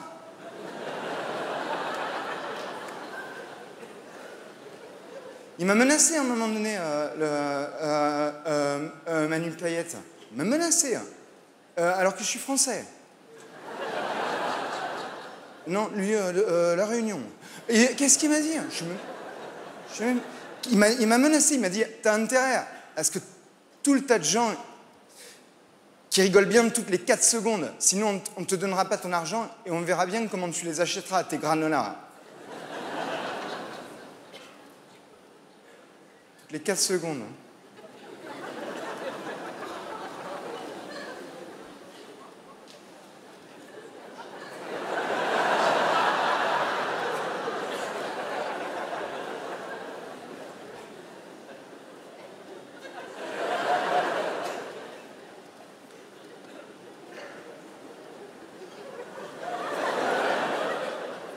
Relayez-vous que ce ne soit pas que les bénévoles devant.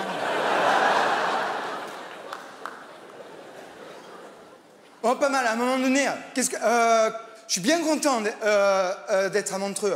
À un moment donné, je regarde dans le catalogue de la Migros.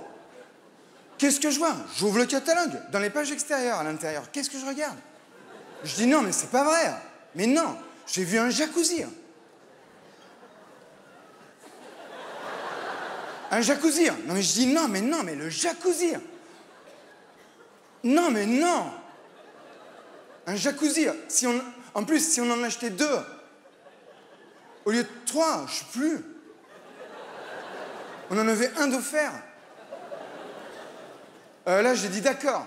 Jacuzzi, la puissance. 8800. W. Là, ça fait des bonnes bulles. Un jacuzzi. En plus, j'étais bien content. Je me suis bien informé sur ce produit. Et en fait, le jacuzzi, il peut contenir jusqu'à 3 Suisses entiers. Et en plus, je crois qu'il fait appareil à fondu. Même la nuit, si on veut, parce qu'il y a des lumières. Normalement, là, tout vaut le coup, mais alors là, ça valait vraiment carrément le coup, là. Je suis vraiment content d'être en Suisse. Les gens sont polis, en plus, et puis ils sont bien rangés. Ils sont polis. Merci, service. De rien, pardon, s'il vous plaît. Ils sont polis, mais ils sont gros, ça c'est parce qu'ils mangent bien.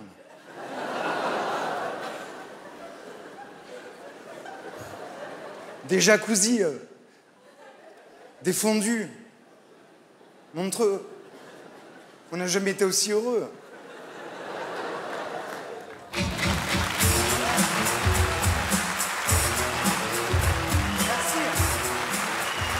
Je vous demande d'accueillir chaleureusement Marina Rollman.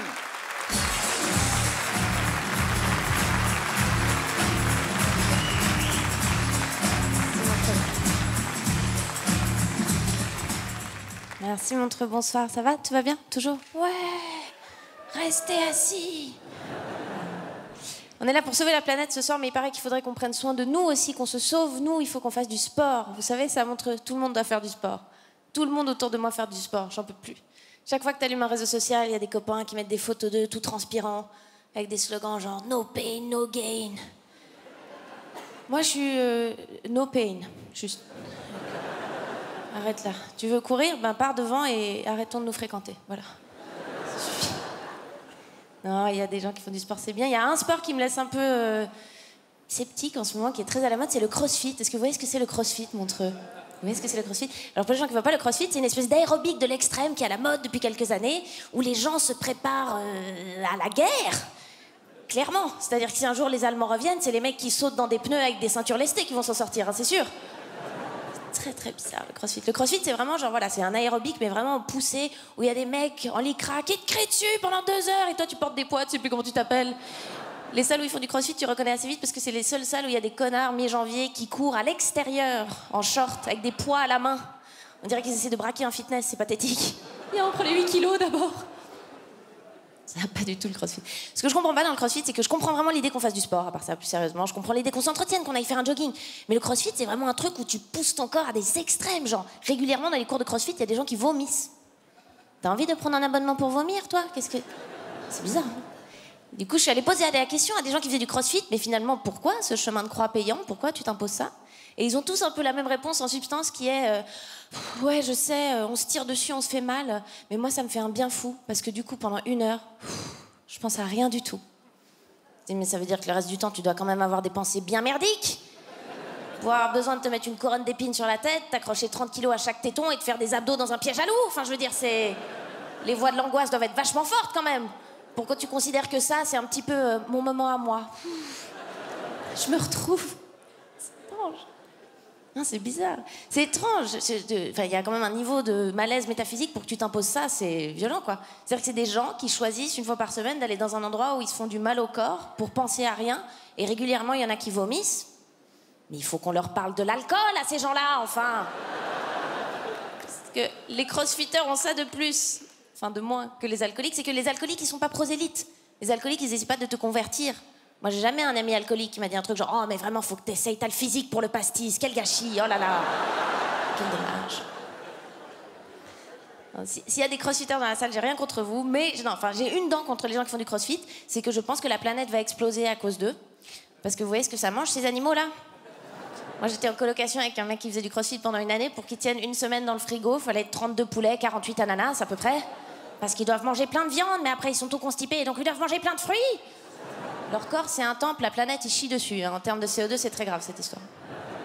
Non, mais dans le sens où c'est pas une tocade de vegan extrémiste. L'ONU l'a dit. Les Maldives sont en train de couler, il y a trop de vaches qui pètent, faut qu'on se calme avec la viande, quoi. Et eux, ils sont là, non, mais je dois encore faire les deltoïdes. C'est pas une bonne excuse. En même temps, je dis ça, c'est un peu hypocrite parce que moi-même, je fais pas beaucoup de sport. Et moi-même, je continue à manger de la viande. Et j'imagine que par applaudissement, il y a 2-3 personnes dans mon cas dans la salle. Je vous vois, donc ne mentez pas, c'est bête. Il y en a 2-3 quand même. Mais nous, on a une bonne excuse qui est... C'est trop bon. Rien à dire. Le problème, c'est qu'on partage la planète avec des gens qui sont pas d'accord. Tu vois, il y a des écolos, il y a des véganes, il y en a ce soir dans la salle. Et je me dis, le problème, c'est que les conséquences de nos actions, elles s'abattent aussi sur eux. Tu vois ce que je veux dire? C'est-à-dire que si sur la planète, il y avait que des carnivores, et on se disait, ouais, on sait que ça a des conséquences désastreuses, mais tu sais quoi, on s'en fout. On profite à fond pendant 10 ans et après, tout explose. Moi, ça me va. Hein, j'arrête la crème solaire, je commence le rosé le matin, je vais au boulot en quad. Enfin, tu vois, j'ai pas besoin d'être centenaire non plus. Mais la réalité, c'est que non. Et surtout que le problème, c'est que les conséquences de nos actions s'abattent aussi sur eux. C'est-à-dire que le réchauffement climatique qui est engendré par le fait qu'on bouffe des animaux, c'est pas juste que de temps en temps, il y a des éclairs qui vont taper que les gens qui aiment bien le hachis parmentier. Ce serait fair play. Tu vois, moi, pour un bon hachis, je prends le risque, y a pas de problème. Mais la réalité, c'est que c'est pas ça le réchauffement climatique. Le réchauffement climatique, c'est genre des tsunamis. Et moi, je suis sûre, à chaque fois dans les tsunamis, il y a des mecs qui mangent du tofu qui partent avec. Ça veut dire qu'indirectement, on mange des vaches qui pètent, qui réchauffent la planète, qui font des tsunamis, qui emportent des véganes. Ça veut dire qu'indirectement, on mange un petit peu des véganes, les gars, quand même, hein, dans le grand cycle de la vie. Ce qui est pas sympa en plus, c'est que généralement, c'est nous qui sommes pas gentils avec eux. C'est les carnivores qui font chier les véganes. Je sais qu'il y a un mythe du vegan hyper agressif, assoiffé de, du coup, pas de sang, de lait d'avoine. Mais je pense que c'est pas vrai. Moi, je le vois, je suis dans l'équipe des carnivores, je vois comment on est. On n'est pas sympa avec eux. Les carnivores, on dit tout le temps des trucs genre « Oh putain, ils font chier avec leurs graines, mais on veut juste pas que ça explose. » C'est pas très carré. En plus, ils sont gentils. À part ça, ils sont cool, les véganes. Qu'est-ce qu'ils font? Ils adoptent des lapins orphelins, ils ont des chaussures en carton, ils sont cool, tu vois, ça va. Alors que dans notre équipe, moi y compris, il y a encore des gens qui aiment bien le boudin, c'est-à-dire la saucisse au sang. Entre les gens qui adoptent des chiens à 3 pattes et les gens qui mangent des saucisses au sang, si c'était un film d'animation Pixar, ce serait assez facile de déterminer qui sont les gentils, qui sont les méchants quand même, hein. Pas une très belle image. C'est juste que c'est compliqué de les rejoindre. Moi j'ai la flemme parce que c'est plus facile d'être un connard ou une connasse aujourd'hui. C'est vrai, un peu, quand même, si. Moi je le vois quand je vais faire mes courses, je suis pas du tout consciente écologiquement. Je suis là comme une petite baronne, je pousse mon caddie, je me pose pas de questions. Je suis là, ah ça c'est quoi, emballer 15 fois dans du plastique? Oui, vous m'en mettrez 4, c'est rigolo. Quand tu fais gaffe à la planète, tu te poses des questions existentielles devant chaque rayon. Tu vois, t'es là, putain, qu'est-ce qui est local et de saison? Qu'est-ce qui est local et de saison? Des courges. Franchement, ça fait 3 mois que je mange que des courges. Alors ça, c'est une blague que je fais à Paris, c'est une vraie question. Qu'est-ce que tu manges qui est local et de saison à Paris? Qu'est-ce que tu bouffes? Des mégots? Qu'est-ce que tu manges? Il faudrait qu'on les rejoigne, mais c'est dur. Il faudrait qu'on les rejoigne, ne serait-ce que pour une raison, c'est qu'ils sont enfermés sur la planète avec nous. Tu vois? C'est pas là, on est à un stade où on peut dire, tu sais quoi, on fait 2 équipes, 2 planètes, on voit qui s'en sort le mieux. C'est qu'on est en train de niquer leurs ressources et les gars, ils ont pas le choix. Ils sont enfermés avec nous dessus. C'est horrible, c'est hyper injuste. Nous, on est là, ah non, désolé, c'est trop bon. Rien à foutre. C'est horrible. Être écolo ou vegan et être enfermé sur la planète avec nous aujourd'hui, c'est un peu comme si t'étais enfermé dans une colocation infernale. De temps en temps, tu sais pas pourquoi, tes colocs, ils chient dans le frigo. Parce que c'est trop bon. Ah bah d'accord, très bien. Le problème ultime, c'est que je me dis, vous imaginez si on disparaît à cause de ça, parce que c'est vraiment en train d'avoir des conséquences sur notre écosystème, tu vois. Et je me dis, vous imaginez si on disparaît à cause de ça, si l'humanité s'éteint, parce qu'on continue à bouffer des animaux, de quoi on aura l'air si à la fin des temps, il y a un tribunal qui passe en revue toutes les civilisations, tu vois, pour savoir pourquoi elles se sont éteintes, et qui sont là, alors vous, qu'est-ce qui s'est passé? Nous, on s'est fait attaquer par les Phéniciens, ok, d'accord. Et vous, qu'est-ce qui s'est passé? Nous, la peste noire, ok, d'accord. Et vous? Les saucisses, mon gars!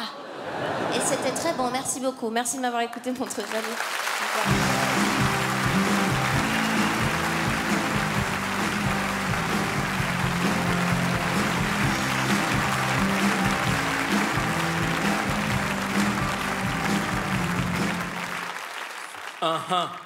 Test, test. Ta. Tu peux me monter un peu les retours, là, s'il te plaît? Pour Manu? Ouais?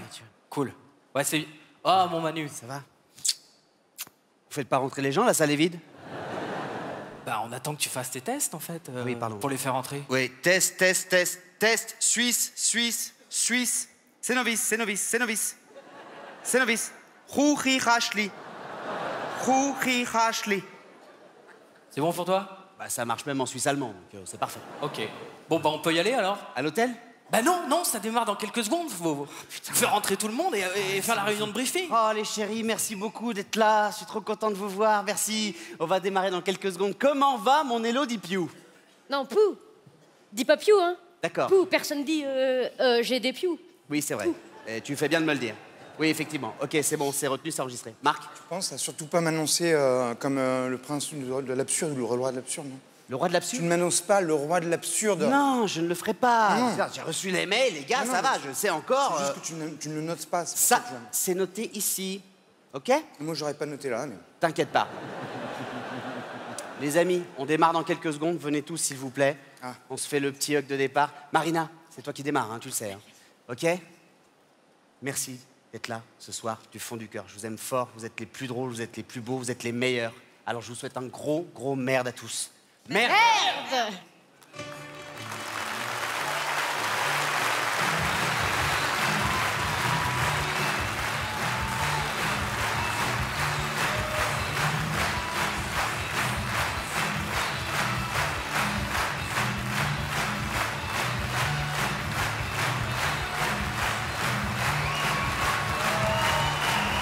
Merci beaucoup. Merci d'avoir été là ce soir. Merci Montreux. Merci du fond du cœur. Voilà, on a passé cette soirée ensemble autour du thème de la planète. On a essayé de pas trop être relou, mais de faire passer des petits messages quand même avec les gens les plus drôles de Suisse et de France. Applaudissez-les s'il vous plaît, les voici. Bravo et merci encore à Alex Vizorek. Bravo et merci à Elodie Pou. Bravo et merci à Laura Lo. Bravo et merci à l'excellent Fabrice Eboué. Bravo et merci à Blanche Gardin. Bravo et merci à Marc Fraise, Monsieur Fraise. Bravo et merci, bienvenue chez toi, Marina Rollman. Bravo et merci à Jérémy Crépine. Bravo et merci à Guillermo Guise. Et bravo et merci au roi de la planète Manu Payet. Merci du fond du cœur. Merci à vous tous. Merci d'avoir été là ce soir. C'était cool de savoir que vous nous regardiez. À bientôt. Peace. Ciao.